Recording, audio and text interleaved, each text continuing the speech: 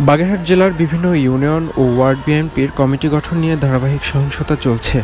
পক্ষ বিপক্ষ একে অপরের বিরুদ্ধে বিষোদাগার থেকে শুরু করে সংবাদ সম্মেলন পর্যন্ত করছে তারা। এই পরিস্থিতিতে বিবাদ ও সহিংসতাহীন ওয়ার্ড কমিটি গঠন করে দৃষ্টান্ত স্থাপন করেছে বাগেরহাট সদর উপজেলার কারাপাড়া ইউনিয়নের ৭ নং ওয়ার্ড বিএনপির নেতাকর্মীরা।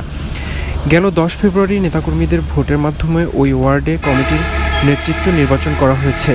এতে সভাপতি পদে নির্বাচিত হয়েছেন নকিব জাহিদুল ইসলাম, সহসভাপতি সৈয়দ জিল্লুর রহমান, সাধারণ সম্পাদক শেখ সাবিক হোসেন, সহ সাধারণ সম্পাদক শেখ আব্দুল মজিদ, সাংগঠনিক সম্পাদক শেখ আলী হোসেন। ওই নির্বাচনের আগে ও পরের প্রতিদ্বন্দ্বী প্রার্থীদের মধ্যে কোনো প্রকার সহিংসতা বা বাকবিতণ্ডা হয়নি। নেতাকর্মীরা শান্তিপূর্ণভাবে ভোট সম্পন্ন করেছেন। পরে রবিবার রাতে এই ওয়ার্ডে বিজয়ী এবং পরাজিত প্রার্থী ও নেতাকর্মীরা একসাথে ভুরিভোজ এবং আলোচনা সভার আয়োজন করেন। আলোচনা সভায় প্রধান অতিথি ছিলেন জেলা বিএনপির সদস্য সচিব বীর মুক্তিযোদ্ধা মোজাফফর রহমান আলম। এ সময় প্রবাসী ব্যারিস্টার খালিদ হোসেন, বিএনপি নেতা মোহাম্মদ ফজলুল হক, শেখ আলী, রানা আকুঞ্জি, নবনির্বাচিত কমিটির সদস্যসহ স্থানীয় বিএনপি নেতাকর্মীরা উপস্থিত ছিলেন।